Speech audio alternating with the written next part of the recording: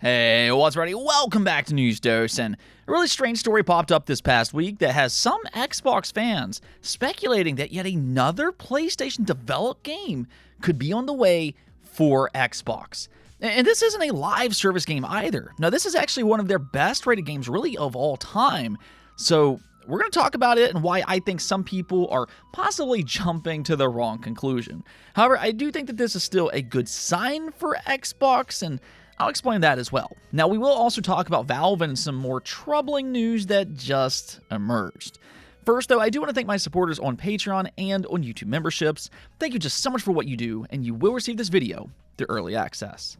Let's just go and get right into things, though, starting off with Xbox Game Pass and their latest lineup. You can see here the next wave of games includes Death How, College Football 26, The Witcher 3, TCG Card Shop Simulator, Dice A Million, Towerborn, Final Fantasy III, and last but not least, Kingdom Come Deliverance 2.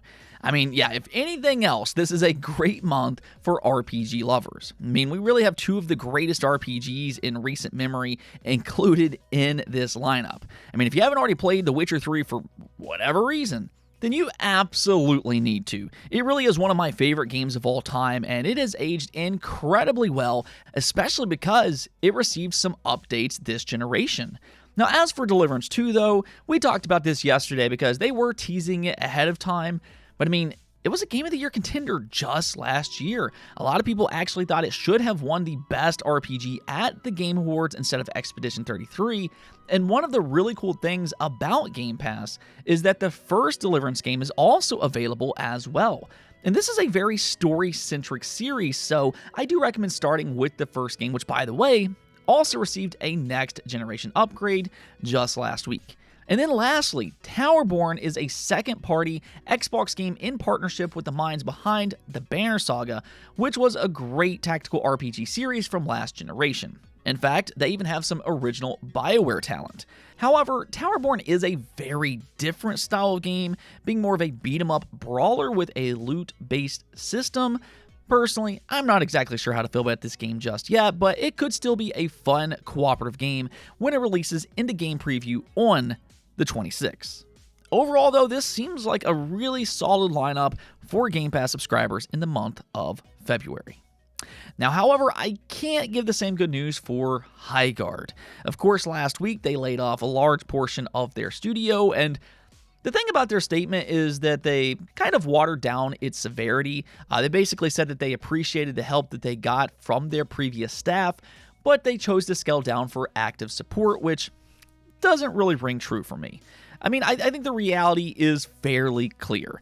This game just isn't doing very well. We can see that through Steam database. It can't even break 2,000 concurrent players, which, I mean, that's not exactly a great sign for a high-profile live service game that just released a few short weeks ago.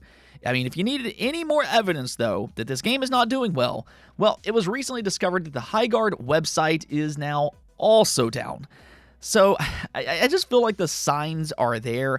This game is likely not going to survive the next few months, let alone the entire year.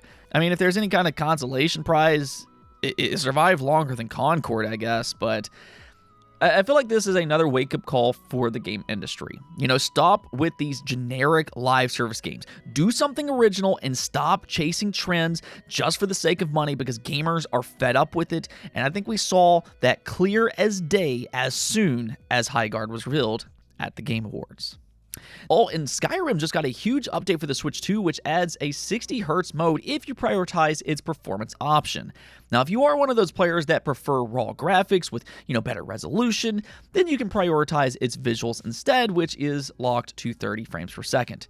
But if you do prefer that buttery smooth 60 FPS, as most gamers do, then that's now an option as well. It also improved various performance problems, visuals across the board, controls, and even audio. So again, this is a huge update for really a great game. I mean, personally, I do prefer the Elder Scrolls over Fallout, but both are great franchises. You can't go wrong either which way, and that's why they're still some of the most played RPGs all of these years later. So to have a good portable option for Skyrim on the Switch 2 is definitely great to see, and it might be one of the better ways to play it in the year of 2026. All right, now let's go and talk about what's happening with Xbox and PlayStation, because I've seen this story pop up a few different times this week, and admittedly, it does come as some surprise, and it is a bit bizarre to see at first glance.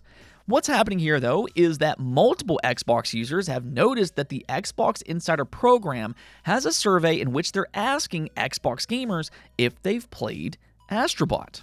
Now, obviously, Astro Bot is a first-party PlayStation exclusive, and if you've played that game, then you know just how much it prioritizes the history of PlayStation. It's really what the entire game is designed around, a celebration for PlayStation's history, not only through its avatars, which includes a wide variety of franchises that's appeared on PlayStation consoles, but you also fly around on a PS5 controller, and your mothership is a PS5. You even collect PlayStation-related items. So again, its entire design is based on the history of PlayStation. And I mean, this game isn't even available on PC, so to see it pop up on an Xbox survey, yeah, it was a bit bizarre at first glance. And with that, unsurprisingly, there's been a lot of speculation that this could potentially mean that it will be one of PlayStation's next Xbox ports, but I think that's where gamers should probably pump their brakes, because I think there's actually another explanation that makes a lot more sense. I mean, I think Astro Bot is an incredible game. It's honestly one of my favorite games from this generation, and if more people got the chance to play it, then hey, that would be really cool and everything. But realistically, I think there is a better explanation for why Xbox is asking about Astro Bot in a survey. And that's because maybe they're considering a similar idea. You know, maybe they could make a game where they can celebrate the Xbox brand. And that's the thing, because this has been a popular idea well before the creation of Astro Bot. For a long time, there's been a fan-made request to revive something like, let's say, Conker, and have him explore different Xbox universes. I mean, one of the fun things about Conker's Bad Fur Day is its many callouts to pop culture during that time frame. So there's sections in that game that plays into something like Matrix, or even something like Saving Private Ryan. But what if they chose to go to Xbox universes instead? Then all of a sudden they could celebrate franchises like Halo, Gears, Fable, Banjo-Kazooie, Ori, there's the Doom series, there's Fallout, and the list goes on and on and on. In fact, there's actually another game in the making that's leaning into that idea, being Bradley the Badger. It's going to release in 2026. So again, this is not necessarily a new idea, but it is something that Xbox could do if there's enough requests for it. If they see a lot of love for Astro Bot, then hey, maybe that will increase their chances to do something similar.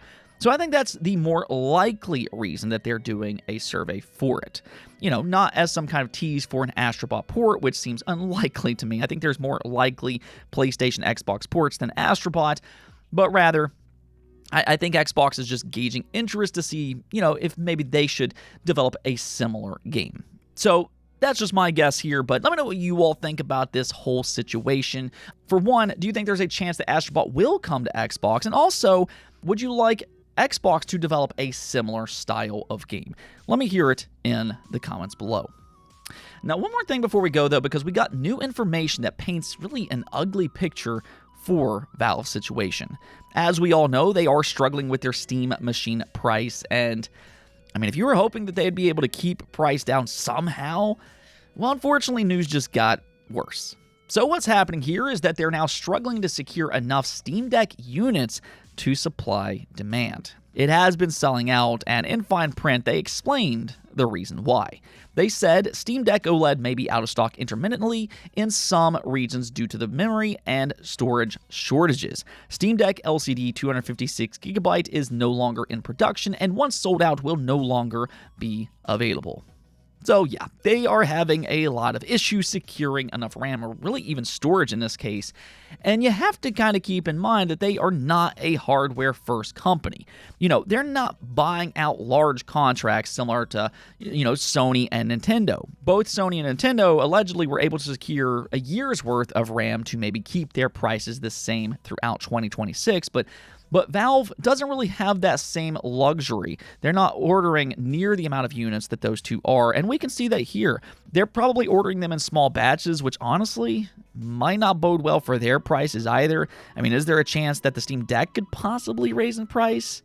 I mean, really anything seems possible right now, and I think this also leans into the idea that the Steam Machine is going to come out at a less than attractive price point.